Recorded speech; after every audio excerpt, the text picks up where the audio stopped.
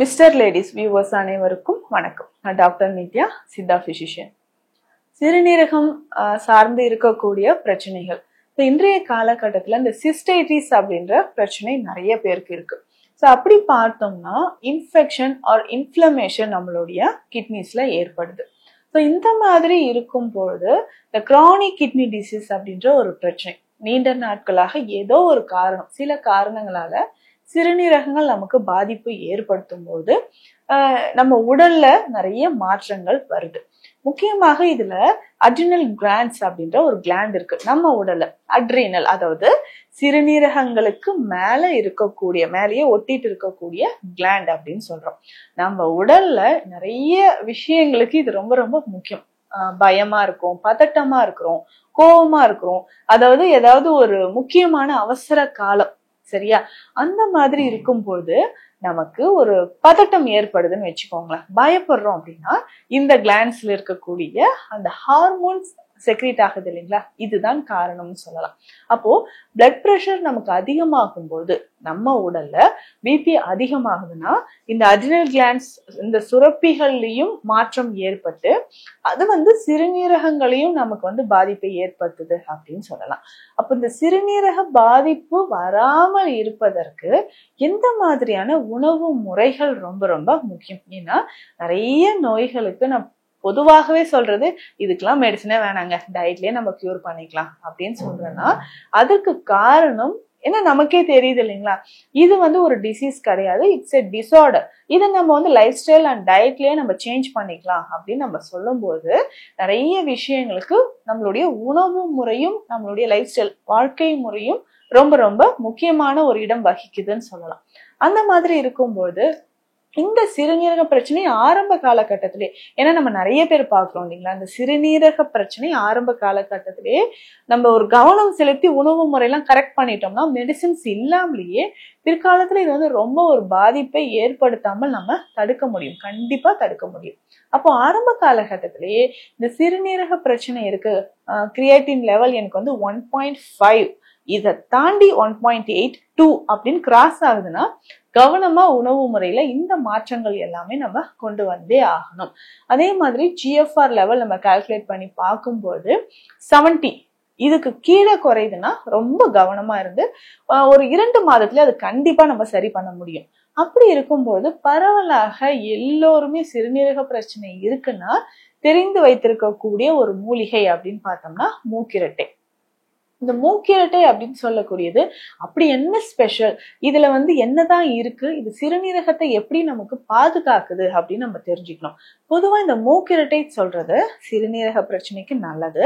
இதை தாண்டி இதனுடைய ப்ராப்பர்ட்டிஸ் என்னன்னு பார்த்தோம்னா blood sugar level and high BP இருக்கு இல்லைங்களா, நம்ம உடல்ல இருக்கக்கூடிய அதிகமான பித்தத்தை சமநிலைப்படுத்துவதற்கு நமக்கு மூக்கிரட்டை கீரை பயன்படுது. ஸோ ரத்தத்தை சுத்தப்படுத்தவும் இது நமக்கு பயன்படுது. இதை தாண்டி ரெகுலரா பார்த்தோம்னா தினம்தோறும் நம்ம செய்யக்கூடிய சில விஷயங்கள், அதாவது மோஷன் போறதுன்னு வச்சுக்கோங்களேன். ஸோ கான்ஸ்டிபேஷன் இருக்குன்னா அது சரி பண்றதுக்கும் மூக்கிரட்டை கீரை நமக்கு முக்கியமாக பயன்படுது. ஸோ இந்த மூக்கிரட்டை கீரையை நம்ம ரெகுலரா பயன்படுத்தும் பொழுது நம்ம உடல்ல பல பிரச்சனைகளோடு சேர்ந்து சிறுநீரக பிரச்சனையும் சரியாகுது.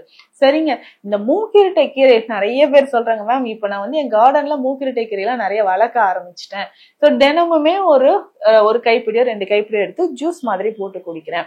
மூக்கிரட்டை இப்போ என் தோட்டத்திலேயே நிறைய நான் வச்சிருக்கேன் அப்படின்னு சொல்றாங்க இந்த கிட்னி ப்ராப்ளம் இருக்கிறவங்க. அந்த மாதிரி இருந்தா தாராளமா நீங்க யூஸ் பண்ணிக்கலாம். இல்லைன்னா ரொம்ப சிம்பிளா சித்த மருந்தகங்கள்ல மூக்கிரட்டை பொடி கிடைக்கும், மூக்கிரட்டை கஷாய பொடியும் நமக்கு கிடைக்குது. ரெண்டுல ஏதாவது ஒண்ணு நம்ம வாங்கிக்கலாம். கஷாய பொடியில மூக்கிரட்டையோடு சேர்த்து சிறுப்பிலை, நெருஞ்சில், நீர்முள்ளி இந்த மூலிகை எல்லாமே சேர்ந்திருக்கும். மூக்கிரட்டை பொடியில பாத்தீங்கன்னா அந்த மூலிகை மட்டும் பவுடரா வச்சிருப்பாங்க. இந்த மூக்கிரட்டை பொடி மட்டுமே கூட போதும், இதை வாங்கி நம்ம பயன்படுத்தலாம். இதை எப்படி பயன்படுத்தணும்னா ஒரு 2 கிளாஸ் தண்ணியில 1 ஸ்பூன் அளவுக்கு மூக்கிரட்டை பொடி சேர்த்து நல்லா கொதிக்க வைக்கணும். கொதிக்க வச்சு ஃபில்டர் பண்ணி இந்த தண்ணியை ஒரு 60 ml அளவுக்கு தினம்தோறும் குடிச்சுக்கிட்டே வரணும். தவறாமல் ஒரு 60 நாள் காலையில மட்டுமாவது கட்டாயம் நம்ம குடிச்சுக்கிட்டே வரும்பொழுது சிறுநீரகங்கள்ல இருக்கக்கூடிய நெஃப்ரான்ஸ் நமக்கு ஆக்டிவ் ஆக ஆரம்பிக்கும். சுருங்கிய இரத்த நாளங்கள், சுருங்கிய அந்த ஃபில்டர்ஸ், குளோமருலர்ஸ் எல்லாமே நமக்கு கொஞ்சம் கொஞ்சமாக விரிவடையும். ஒரு சிலருக்கு பார்த்தோம்னா ரீனல் கால்குலை, சிறுநீரகத்துல கற்கள் இருக்கும். அந்த கற்கள் உடைந்து வெளியேறி வரும்பொழுது இன்ஃப்ளமேஷன் உள்ள பாதிப்பை ஏற்படுத்திடும். இதனால ஸ்டண்ட் ஃபிக்ஸ் பண்ணிருக்கவங்க இருப்பாங்க.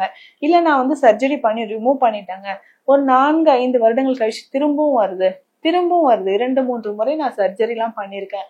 அது திரும்பவும் ஏற்படாமல் இருக்கணும்னா இந்த மூக்கிரட்டை பொடியை நான் சொன்ன மாதிரி பயன்படுத்திட்டே வரும்போது சிறுநீரக கற்கள், சிறுநீரக பாதை தொற்று, இதனால நமக்கு இன்ஃப்ளமேஷன் இருந்தா அது சரியாகிறதுக்கும் நமக்கு பயன்படுது. இந்த மூக்கிரட்டை ஒரு முக்கியமான ஒரு அருமருந்து.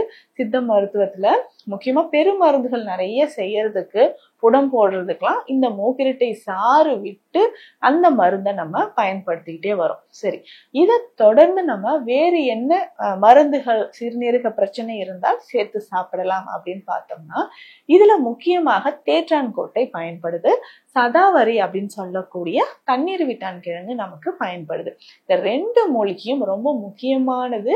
சிறுநீரக பிரச்சனை இருக்கக்கூடியவங்களுக்கு நம்ம பயன்படுத்தக்கூடிய அருமருந்துன்னு சொல்லலாம். இந்த தண்ணீர் விட்டான் கிழங்கு, அதுக்கப்புறம் பார்த்தோம்னா இதை தொடர்ந்து இந்த தேற்றான் கோட்டை ரெண்டுமே தொடர்ந்து நம்ம பயன்படுத்தலாம். இந்த தேற்றான் கோட்டையெல்லாம் கற்ப முறைப்படி சிறுகீரை சாறு விட்டு செய்து பாவனை செய்த கற்ப முறைப்படி நம்ம பயன்படுத்தும் போது கொஞ்சம் கொஞ்சமாக நமக்கு நல்ல ஒரு முன்னேற்றம் ஏற்படுது. தொடர்ந்து இதை பயன்படுத்தும் போது நம்ம உடல்ல, சிறுநீரகங்கள்ல, ரத்தத்துல இருக்கக்கூடிய கழிவுகளானது வெளியேற ஆரம்பிக்கும். தொடர்ந்து இதை பயன்படுத்தும் போது சிறுநீரகங்களும் ஆரோக்கியமாக இருக்கும். இதை தாண்டி உணவு முறையில உப்பு கண்டிப்பா குறைத்து சாப்பிடணும். அசைவ உணவுகளை தவிர்த்தே ஆகணும். ரொம்ப ஆயிலி டயட் எடுக்காம, அவுட் சைட் ஃபுட்டும் சாப்பிடாம, ஃப்ரூட்ஸ் அண்ட் வெஜிடபிள்ஸ்ல கொஞ்சம் கவனம் செலுத்தி சாப்பிடும்போது ரொம்ப எளிமையாக நமக்கு சிறுநீரக பாதிப்பிலிருந்து விடுபட முடியும். மீண்டும் அடுத்த பதிவில் சந்திக்கலாம். நன்றி.